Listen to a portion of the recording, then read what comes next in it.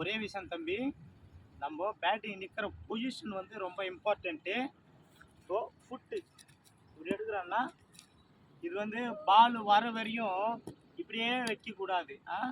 பால் அவன் பவுலர் வரான்னா இந்த bad moment எப்படி, ஸோ அப்படி வைக்கணும். அதுக்கப்புறம் இன்னொரு விஷயம் என்னென்னா, நம்ம ஹெட்டு வந்து ஸ்ட்ரைட்டாக இருக்கணும்.